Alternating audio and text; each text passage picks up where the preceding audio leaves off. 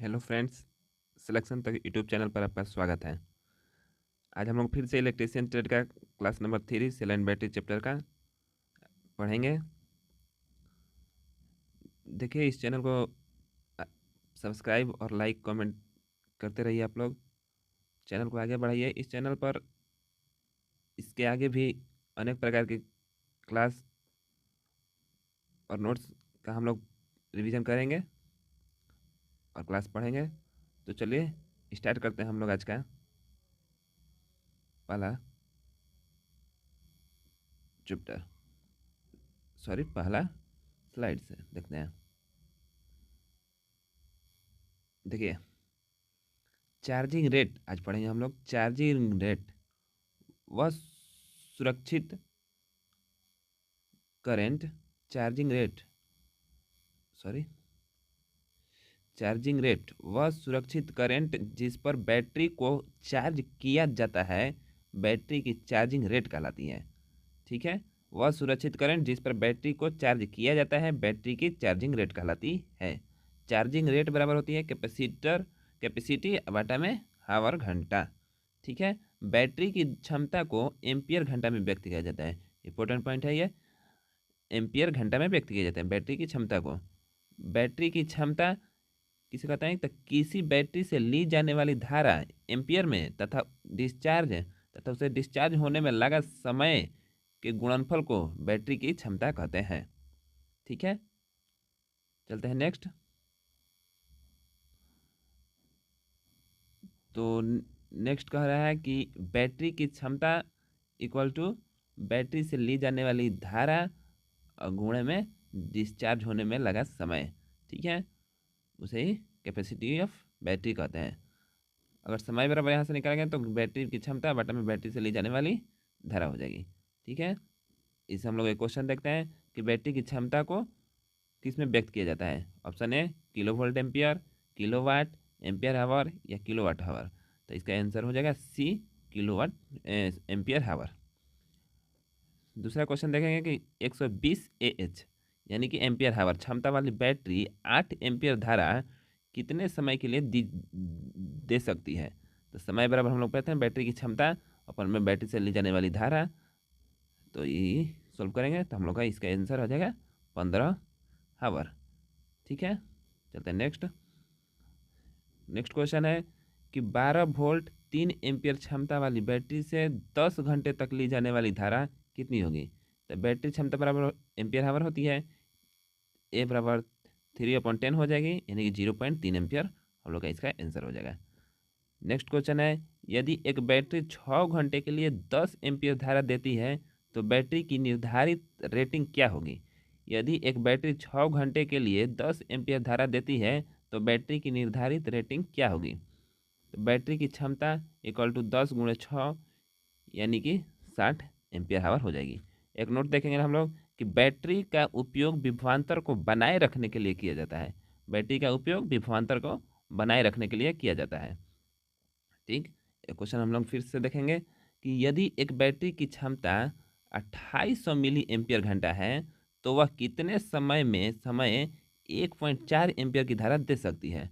Option है 200 minute, 180 minute, 120 minute, 160 minute. तो इसको हम लोग सोल्व करेंगे।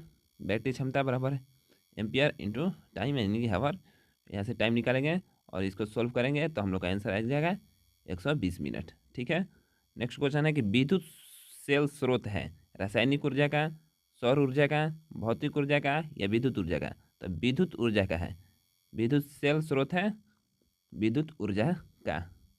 ठीक है, नेक्स्ट है बैटरी की दक्षता, efficiency of a battery, ampere hour दक्षता। एम्पियर हावर दक्षता यानी कि क्वांटिटी इफिशियंसी किसी बैटरी की डिस्चार्ज के दौरान एम्पियर हावर एवं चार्जिंग के दौरान एम्पियर हावर के अनुपात को क्वांटिटी इफिशियंसी कहते हैं। ठीक है, क्वांटिटी इफिशियंसी बराबर होता है डिस्चार्जिंग पर एम्पियर हावर और चार्जिंग पर एम्पियर हावर इंटू 10। ठीक, 100। ठीक, दूसरा पॉइंट देखेंगे कि वाट हावर इफिशियंसी यानी कि एनर्जी इफिशियंसी। एनर्जी इफिशियंसी बराबर होता है डिस्चार्जिंग पर वाट हावर बटा पर चार्जिंग पर वाट हावर गुणे में 100। ठीक है, चलते हैं नेक्स्ट। नेक्स्ट है ampere hour efficiency is greater than watt hour efficiency. हम लोग का एक नोट इंपॉर्टेंट नोट है कि एम्पियर हावर का इफिशियंसी जो होता है वाट हावर इफिशियंसी से बड़ा होता है। नेक्स्ट है कि लेड एसिड बैटरी की एम्पियर हावर इफिशियंसी 90 से 95% के बीच होती है, जबकि वाट हावर इफिशियंसी 70 से 80 के बीच होती है। ठीक है, देखिए नेक्स्ट है क्वेश्चन है कि किसी क्षारीय सेल को 12 घंटे तक 4 एम्पियर की नियत धारा पर धनावेशित किया जाता है। उसे अपनी सामान्य आवेशित अवस्था में ले जाने के लिए 20 घंटे तक 3 एम्पियर की नियत की आवश्यकता होती है। तो सेल की एम्पियर हावर दक्षता ज्ञात करें। देखिए एम्पियर हावर दक्षता बराबर होता है डिस्चार्जिंग पर एम्पियर हावर बटा में चार्जिंग पर हावर गुणा में 100 होता है। इसको सोल्व हम लोग करेंगे तो आंसर आ जाएगा 80%। हम लोग का आंसर आ जाएगा सही से। चलते हैं नेक्स्ट है कि किसी क्वेश्चन है किसी लेड एसिड बैटरी में नेक्स्ट है किसी लेड एसिड बैटरी को 2 वोल्ट पर 6 घंटे तक 30 एम्पियर विद्युत धारा दर पर डिस्चार्ज किया जाता है। बैटरी को सामान्य अवस्था में लाने के लिए 40 एम्पियर विद्युत धारा दर तथा 2.5 वोल्ट पर 5 घंटे तक आवेशित किया जाता है। तो बैटरी की एम्पियर हावर एवं वाट हावर इफिशियंसी ज्ञात करें। देखिए एम्पियर हावर डिस्चार्जिंग पर एम्पियर हावर और बटा में चार्जिंग पर एम्पियर हावर गुणा में 100 होता है। इसको सोल्व हम लोग करेंगे तो 90% आ जाएगा। और वाट हावर इफिशियंसी बराबर होता है डिस्चार्जिंग पर वाट हावर और बटा में चार्जिंग पर वाट हावर गुणे में 100। इसको सोल्व कीजिएगा तो 72% हम लोग का आंसर आ जाएगा।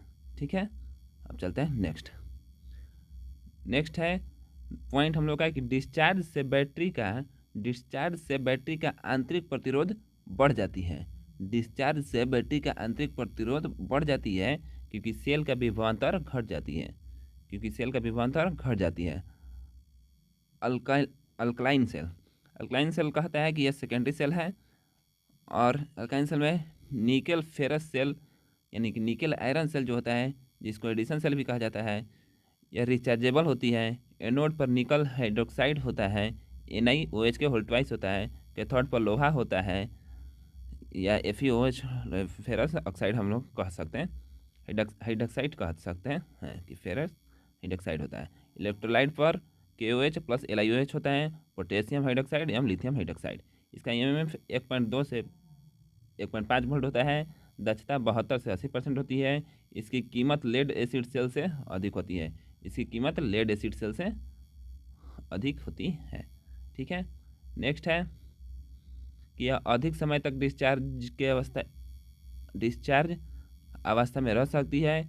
लेड एसिड सेल की तुलना में इसकी वायु अधिक होती है।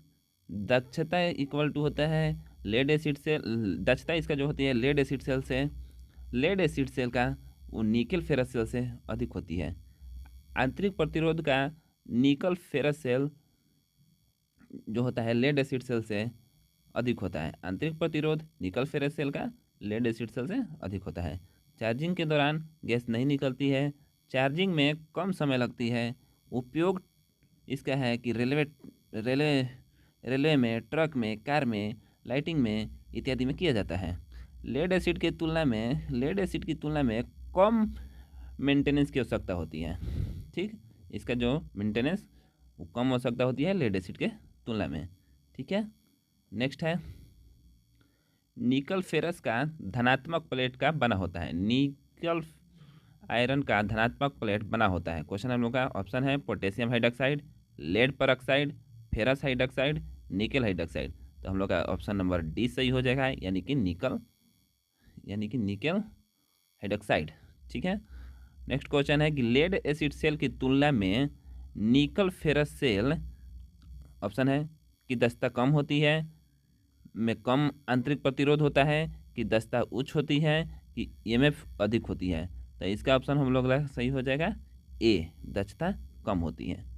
ठीक है, नेक्स्ट है कि निकल कैडमियम सेल जिसको कि जंगर सेल भी कहा जाता है, यह सेकेंडरी सेल है।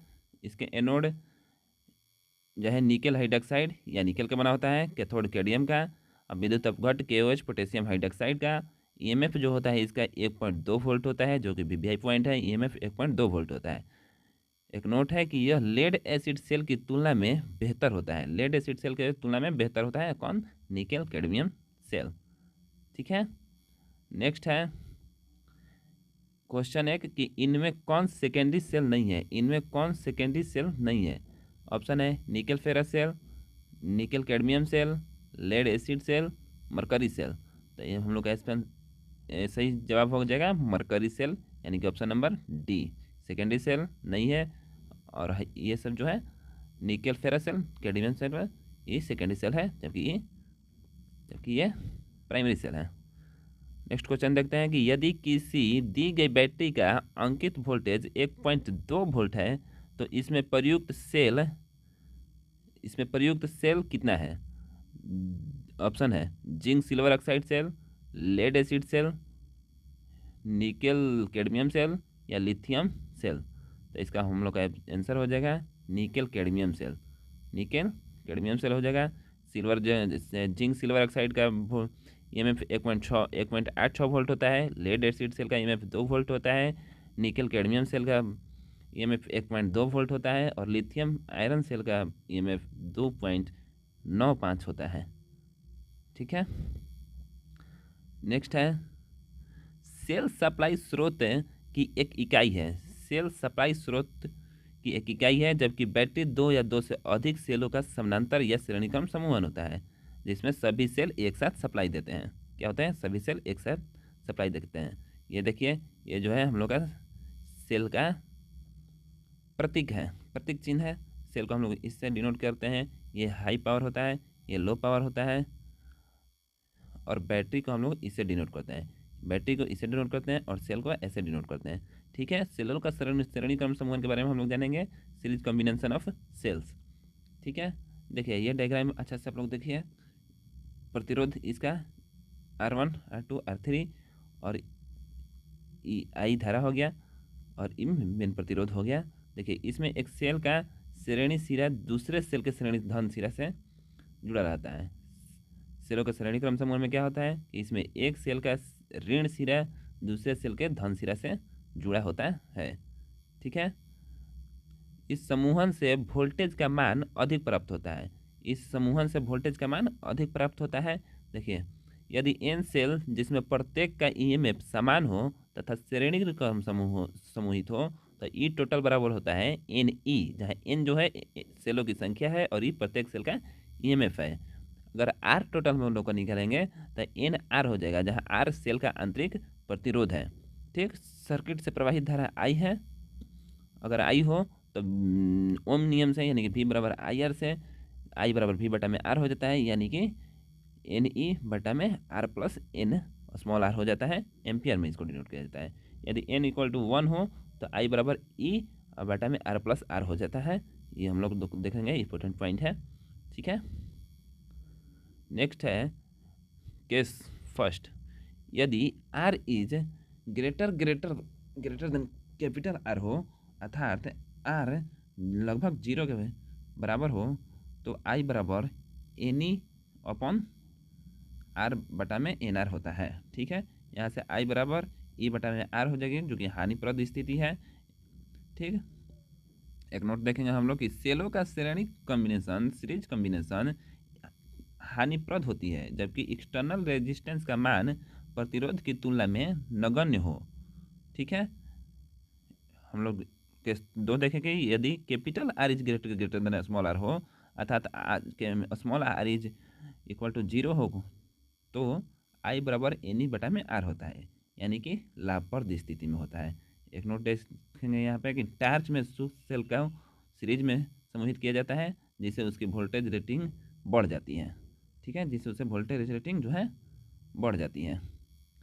नेक्स्ट देखेंगे 17 का आ रहा है 1.5 वोल्ट के 6 सेल श्रेणी क्रम समूहित है, तो इसका समतुल्य ईएमएफ कितना होगा?